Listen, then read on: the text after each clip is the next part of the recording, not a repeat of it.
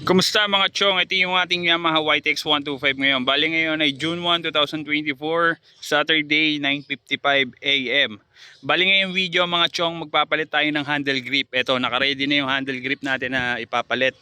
Ito yung bago nating handle grip. Bali bagong luma na to. Parang ilang buwan na dito sa akin to eh. Not sure kung kailan ko talaga binili to. Pero naka-stock to dito para talaga dito sa ating Yamaha YTX 125. Alright, tapos ito yung mga gagamitin natin. Meron tayong ditong blade. Yan, pantanggal doon sa luma nating handle grip. Meron tayong basahan, meron tayong toothbrush na gamit. Yan, tapos ito langis. Kailangan natin yan. Yan, mamaya papakita ko kung bakit kailangan natin ito. Tapos ito yung ating lumang handle grip. Ayan, kitang-kita nyo naman. Sulit na sulit yung gamit dyan, oh. Laspag na, puro libag pa. Yan. Papalitan natin yan. Bale, ito ay, ano ba tatak na ito? Daytona handle grip ata to. Na waffle yung design niya. Ayan o. Tapos, ito yung isa. Ito yung kabila. Ayan o. Laspag na rin. Bale, parang pangatlong palit ko na to ng handle grip dito. Mga chong. Hindi ko na na-videohan yung una, pati yung pangalawa. Bale, tama ba? Hindi, yung unang handle grip na ito yung stock, pinalitan ko ng ganito rin pero kulay brown. Tapos yung kulay brown na yun, nalaspag na rin, pinalitan ko na ito. So nakadalawang palit pala ako. Tama ba? So ayan yung papalitan natin. So tara, let's go. Simulan na natin ang pagpapalit ng handle grip mga chong. Nakapwesto na yung tripod natin dito. So pwesto ko lang tong camera. Okay mga chong, simulan natin dito sa kaliwa. Ito, meron tayo ditong blade. Gagamitin natin to panghiwa para madaling tanggalin itong lumang handle grip natin. Yan, ganun lang. Di ba? Madali lang siya tanggalin, pero pwede mo naman siya hugutin. Kaya naman siya hugutin. So ito na yung luma nating handle grip. Ayan. So laspag na laspag ito, na tanggal na yung pintura dito. Parang ilang buwan ko rin nagamit to. Hindi ko na matandaan kung kailan ko kinabit to eh. Pero parang mga last year siguro. So natanggal na natin yung luma. Ngayon punasan naman natin. Kaya tayo may basahan dito. Yung langis, papahiran sana natin ng langis to para madaling ipasok yung etong handle grip. Bali ayun yung design niya, kaliskis. Mahilig tayo sa mga makaliskis eh. So dalawa to, ito yung mas malaki, ito yung pang throttle, ito yung pang left side, itong medyo maliit. So yun nga, papahiram ko sana ng langis para pampadulas, pero itong basahan kasi medyo malangis na, kaya try natin kung mapapasok natin to na hindi natin na papahira ng langis.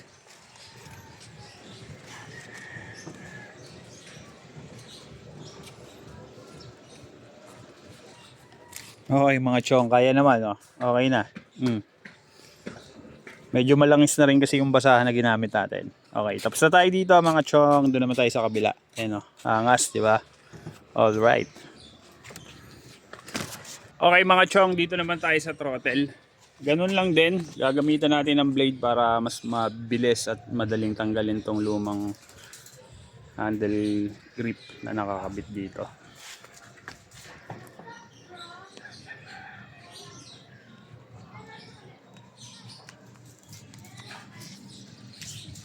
Okay mga chong, ganun lang. Ayan, natanggal na natin. Ito yung itsura nyo. Laspag na rin, no? Ito yung tatak nya, Daytona. Hindi naman siya original, parang ano lang, replica, parang ganun. Ayan, no? So tanggal na natin. Punasan ulit natin ng basahan. Itong basahan natin na malangis. So dito siguro pwede tayo magpahid ng langis kahit konti, kasi medyo mahirap ipasok dito yung bagong handle grip. Kasi meron siya mga knob. Para itong mga knob na to para kapit na kapit yung handle grip dyan. Pero linisin muna natin.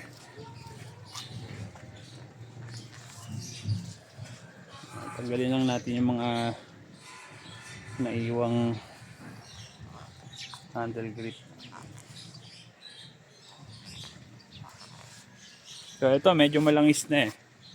Pero kailangan natin pahiran pa ng konting langis yan. So ito gagamit tayo ng used oil tsaka toothbrush. Nakita ko lang to doon sa sa mekaniko na nag-i-install din ng handle grip. So hindi naman sobrang dami, no. Kailangan dumulas lang, hindi naman kailangan maraming langis ang ipahid mo at baka matanggal din, no. Pero hindi naman. Ganon din yung ginawa ko doon sa luma nating handle grip. Okay mga chong, ito na yung bago nating handle grip, may langis na to. Ayan.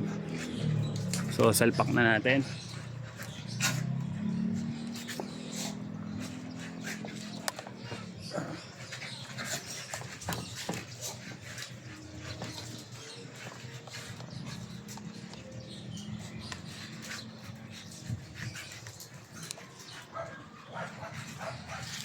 Okay na mga chong, oh.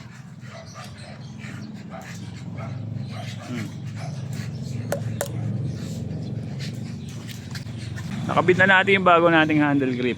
Okay na, 'di ba? Di mas madali siyang ikabit pagka medyo madulas o pagka may pangpadulas. Ay, hindi naman siya nahuhugot kahit may langis siya, matutuyo naman 'yan sa loob. Ganon din yung ginawa ko dun sa tinanggal nating handle grip dito. So, all goods na mga chong. Okay mga chong, ganun lang mag-install ng handle grip dito sa ating Yamaha YTX 125. Yan, sana makatulong tong video na to sa mga nagbabalak magpalit ng handle grip dyan. Yun, ganun lang kasimple, no? Kayang-kaya nyo, kahit i-DIY nyo lang. Basta meron kayong bagong handle grip na pamalit. Ayan, ang angas ng handle grip natin mga chong. Kaliskis ng dragon. Alright.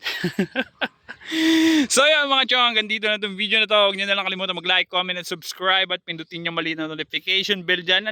Notification bell dyan para updated kayo sa mga ginagawa natin dito sa ating YouTube channel. Dito sa ating Yamaha YTX 125 yan.